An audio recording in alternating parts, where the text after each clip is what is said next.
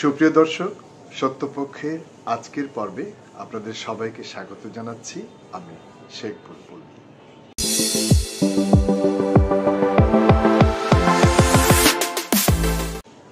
সুপ্রিয় দর্শক, আসুন শুরুতেই আমরা কিছু ভিডিও ক্লিপ দেখে আসি।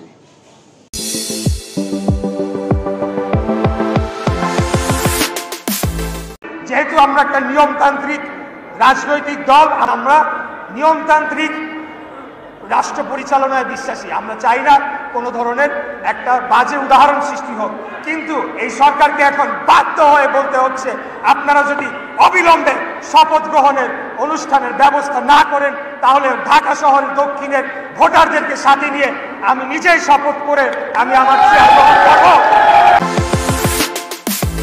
এই নগর ভবন বিগত 2 সপ্তাহ যাবৎ আমাদেরই নিয়ন্ত্রণে ছিল, আমরাই নিয়ন্ত্রণ রেখেছি, আমরাই দখল করে রেখেছি। এই শপথ কার্যক্রম যদি তারা নাও করায়, আমি গিয়ে আমার চেয়ারে বসতে পারি, 2 মিনিটও লাগবে না। ঢাকা শহরের জনগণ বারে বারে আমাকে আহ্বান জানিয়েছে, কেন আমি শহীদ মিনারে গিয়ে ঢাকাবাসীকে সাথে নিয়ে শপথ করে দায়িত্ব পালন বা দায়িত্ব গ্রহণ আমি নিজেই কেন নিয়ে নিচ্ছি না। নগর ভবন কিভাবে চলবে সেটা ঢাকাবাসী নির্ধারণ করবে। কোন বহিরাগত উপদেষ্টা বা বহিরাগত কোন প্রশাসক দিয়ে এই নগর ভবন পরিচালনা করতে দেওয়া হবে না, হবে না, হবে না। আমি দুঃখ প্রকাশ করতে চাই যে যে জনদুর্ভোগের সৃষ্টি হয়েছে, সিটি কর্পোরেশনকে স্থবির করে ফেলার মাধ্যমে জনগণের সেবার যেটা বিঘ্ন হয়েছে, সেটা দায় পুরোপুরি বর্তমান অন্তর্বর্তীকালীন সরকার এবং এই বর্তমান স্থানীয় সরকার মন্ত্রণালয় তার দায়িত্বপ্রাপ্ত উপদেষ্টা এবং কর্মকর্তাদের উপর বর্তায়। তারা সরাসরি সংবিধান লঙ্ঘন করার মাধ্যমে এই আমার যে শপথ গ্রহণ অনুষ্ঠান সেটিকে না করতে দিয়ে সরাসরি সংবিধানকে লঙ্ঘন করেছে, আইনকে অবজ্ঞা করেছে, সর্বোচ্চ আদালতকে অবমাননা করছে। এই অন্তর্বর্তীকালীন সরকারকে বুঝতে হবে যে এখন পর্যন্ত আদালতের রায়ে এবং জনগণের ভোটে নির্বাচিত মেয়র হিসেবে ধানের শীষের প্রার্থী ইশরাক হোসেনি বহাল রয়েছে। অতএব যা কিছু করতে হবে আমাদের অনুমতি নিয়ে, আমাদের সিদ্ধান্ত অনুযায়ী করতে হবে। প্রয়োজনে আমরা প্রশাসক বসাবো। আমরা স্পষ্ট ঘোষণা দিতে চাই, কোন বহিরাগত প্রশাসক, কোন বহিরাগত উপদেষ্টা কাউকে এই নগর ভবনে প্রবেশ করতে দেওয়া হবে না, এটা আমাদের সিদ্ধান্ত। সব ঢাকার ভোটাররা আমরা এখানে রয়েছি, আমরা সবাই ঢাকার জনগণ, ঢাকার ভোটার, ঢাকার স্থানীয়। অতএব আমাদের নির্দেশনা ছাড়া এই নগর ভবন বহিরাগত দিয়ে আমরা চালাতে দেব না। আমরা যদি আমাদের মূল যে লক্ষ্য ছিল যে বাংলাদেশে একটা সুষ্ঠু, সঠিক, অংশগ্রহণমূলক, গ্রহণযোগ্য, নিরপেক্ষ নির্বাচন, জাতীয় নির্বাচনের মাধ্যমে জনগণের সরকারকে রাষ্ট্র ক্ষমতায় নিয়ে যেতে হবে, সেটা যদি আমরা অর্জন করতে চাই তাহলে এই যে নগর ভবন কেন্দ্রিক যে আন্দোলনটা তৈরি হয়েছে, এই আন্দোলনকে আর তার চূড়ান্ত লক্ষ্যে না নেওয়া পর্যন্ত আমরা মাঠ ছেড়ে যাব না।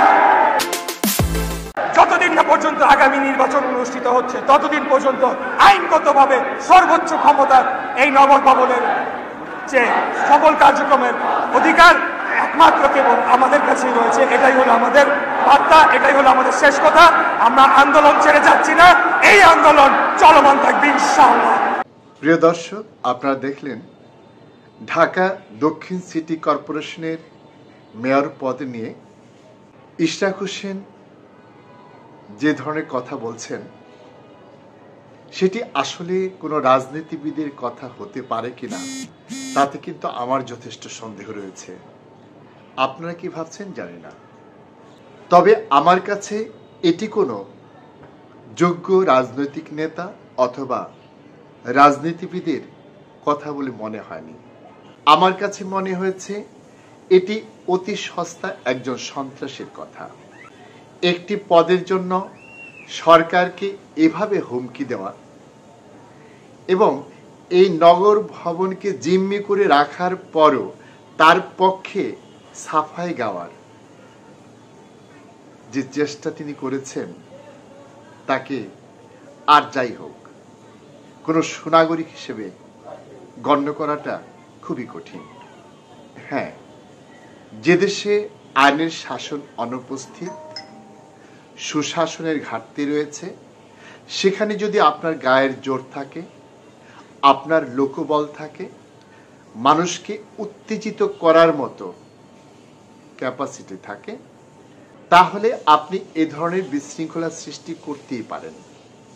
এটি অপশক্তির প্রদর্শন, শুভ শক্তির প্রদর্শন নয়। আর এ ধরনের অপশক্তি প্রদর্শনের পর সাদেক হোসেন খোকার ছেলে ইশরাক হোসেন এইভাবে তা নিয়ে গর্ব করবেন, এটি আমাদের জন্য অত্যন্ত লজ্জাজনক। আমরা তার এই আচরণে খুবই হতাশ হয়েছি, আশাহত হয়েছি, মর্মাহত হয়েছি। তার মধ্যে যে ধরনের সম্ভাবনা আমরা দেখেছিলাম, তার কাছ থেকে আমরা যে ধরনের নেতৃত্ব চেয়েছিলাম, তার সাথে তার এই কদিনের এবং বিশেষ করে আজকের এই আচরণ কোনোভাবে সঙ্গতিপূর্ণ নয়। ইশরাক হোসেন যে এ ধরনের কথা বলতে পারেন, এ ধরনের আচরণ করতে পারেন, এটি আমরা আসলে কখনো কল্পনাও করিনি। এখানে ইশরাক হোসেন বিগত সরকারের মতো সংবিধান এবং আইনের দোহাই দিয়েছেন। বিগত সরকারের সময়ে সংবিধানের কথা বলে তাদের ন্যায্য অধিকার থেকে দিনের পর দিন কিভাবে বঞ্চিত রাখা হয়েছে সেটা তো আমরা দেখেছি। আইনের দোহাই দিয়ে কিভাবে তাদের দলীয় প্রধানকে দিনের পর দিন কারাগারে অন্তরীণ রাখা হয়েছে, তারপর বাসায় গৃহবন্দী করে রাখা হয়েছে, সেটিও আমাদের অদেখা নয়। আমরা জানি না তখন এই Ishraq Hossain double role play করেছেন কিনা। আজকে তার যে আচরণ, সেই আচরণ যদি তিনি তখন করতে পারতেন যখন বেগম জিয়া জেলখানায় ছিলেন, তিনি যদি বলতে পারতেন এখন যদি বেগম খালেদা জিয়াকে মুক্তি দেয়া না হয় তাহলে আমরা জেল ভেঙে তাকে নিয়ে আসব, তাহলে বুঝতে পারতাম তিনি একজন নিবেদিত প্রাণ বিএনপি নেতা। তিনি আসলে বিএনপিতে থেকে কার ইচ্ছে পূরণ করছেন, কার প্রয়োজন মেটাচ্ছেন। ইশরাক হোসেন এখন যে দাবিগুলো করছেন তাতে কি ধরনের সমস্যা হতে পারে সেটি নিশ্চয়ই তার অজানা নয়। প্রিয় দর্শক, ইশরাক যা চাইছেন তা বাস্তবায়ন করতে হলে সরকারকে প্রথমেই এ সংক্রান্ত প্রজ্ঞাপনটি বাতিল করতে হবে। তারপর দ্বিতীয় যে কাজটি করতে হবে সেটি হচ্ছে মেয়র পদের যে মেয়াদ ছিল সেটি বৃদ্ধি করতে হবে। যদি তা করা না হয় তাহলে তো ইশরাকের মেয়র হিসেবে দায়িত্ব পালনের কোনো সুযোগই থাকবে না। ইশরাক যদি মনে করে এখন থেকে সে 5 বছর দায়িত্ব পালন করবে, তাহলে তো একটি সংসদে যখন কোনো সদস্যের মৃত্যু বা পদত্যাগের কারণে পদ শূন্য হয়, তখন যা নির্বাচিত হয়ে সংসদে আসেন তাদের তো পরবর্তী সংসদে নির্বাচন না করেই দায়িত্ব পালনের কথা। সেটিকে আমরা দেখতে পাচ্ছি। এই বিষয়টি কি ইশরাক বুঝেন না? নিশ্চয়ই বুঝেন। বুঝেও যদি না বোঝার ভান করেন, জেনেও যদি না জানার ভান করেন, তাহলে তাদেরকে আসলে কিছু বলার নেই। ইশরাকের এই চাহিদা পূরণ করতে হলে তৃতীয়ত সরকারকে যে কাজটি করতে হবে সেটি হচ্ছে ঢাকা উত্তর সিটির মেয়রকে তার শপথে বসানো এবং নির্বিঘ্নে সেই দায়িত্ব পালন করতে দেয়া।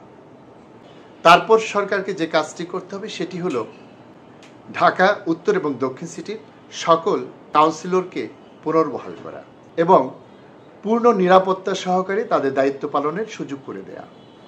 তারপর সরকারকে যে কাজটি করতে হবে সেটি হচ্ছে সারা দেশের যেসব মেয়র এবং কাউন্সিলরকে তাদের দায়িত্ব থেকে সরিয়ে দেওয়া হয়েছে তাদেরকেও পুনর্বহাল করা। যদি তা না করা হয় তাহলে যে বৈষম্য সৃষ্টি হবে, তার জন্য এই সরকারকে চিরদিন একটি বড় ধরনের কলঙ্ক বয়ে বেড়াতে হবে। কেননা এই সরকার অধিষ্ঠিত হয়েছে মূলত বৈষম্য বিরোধী ছাত্র আন্দোলনের ফসল হিসেবে। তাই যে সরকার একটি বৈষম্য বিরোধী আন্দোলনের ফসল, সেই সরকার যদি আবার বৈষম্য বাড়িয়ে দেয় তাহলে এই ধরনের স্ববিরোধিতার জন্য আজীবন তাকে যে কলঙ্কের কালিমা বয়ে বেড়াতে হবে, কোনো যুক্তি দিয়ে কোনো তথ্য দিয়ে সেই কলঙ্ককে মুছে ফেলা যাবে না। সুপ্রিয় দর্শক, এসব যে ইশরাক হোসেন বোঝেন না তা নয়, তিনি খুব ভালো করেই বোঝেন। কিন্তু সেটি বুঝেও তিনি বারবার যে ঘটনাগুলো ঘটাচ্ছেন তার পেছনে নিশ্চয়ই কোনো গোপন অভিসন্ধি আছে। কি সেই গোপন অভিসন্ধি সেটা আমরা জানি না, ইশরাক হোসেনই বলতে পারবেন। এমনকি হয়তো বিএনপির নেতাকর্মীরাও বলতে পারবেন, অথবা বিএনপির কেন্দ্রীয় নেতৃত্ব বলতে পারবেন। তবে ঘটনা যাই হোক, সরকারের উচিত তাদের এই আচরণের প্রেক্ষিতে উপযুক্ত ব্যবস্থা গ্রহণ করা। কি হতে পারে সেই উপযুক্ত ব্যবস্থা? সেই উপযুক্ত ব্যবস্থা হতে পারে তারা দেশের সকল মেয়র এবং কাউন্সিলরদের শপথ থেকে সরানোর জন্য যে প্রজ্ঞাপনটি জারি করেছিলেন সেই প্রজ্ঞাপনটি বাতিল করা। সেই প্রজ্ঞাপনটি বাতিল করে সরকার দেশের সকল সিটি কর্পোরেশন এবং পৌরসভায় পূর্বের কাউন্সিলর এবং মেয়রদেরকে পুনর্বহাল করুক। তাহলেই বিএনপি ছেড়ে দেমা কেঁদে বাঁচে গান গাইতে শুরু করবে। আমরা জানি যেমন কুকুর তেমন মুগুর না হলে এদেশে কোনো কাজই হয় না। সরকার এই কাজটি করুক, তাহলেই বিএনপি শান্ত হবে। এছাড়া যে ধরনের লক্ষণ দেখা যাচ্ছে, তারা একের পর এক দেশে গন্ডগোল পাকিয়ে যাবে। এই গন্ডগোল বাঁধানো থেকে তাদেরকে বিরত রাখতে হলে আবার আওয়ামী লীগের কার্যক্রমের উপর যে নিষেধাজ্ঞা জারি করা হয়েছে সেটি তুলে নেওয়া হোক, এবং পৌরসভা এবং সিটি কর্পোরেশনের কাউন্সিলর এবং মেয়রদের দায়িত্ব সংক্রান্ত যে প্রজ্ঞাপনটি জারি করা হয়েছিল সেটি বাতিল করা হোক। সুপ্রিয় দর্শক, আজকের মতো এখানে শেষ করছি। আপনাদের সাথে আবারও দেখা হবে। সে পর্যন্ত আপনারা সবাই ভালো থাকুন, সুস্থ থাকুন। আল্লাহ হাফেজ।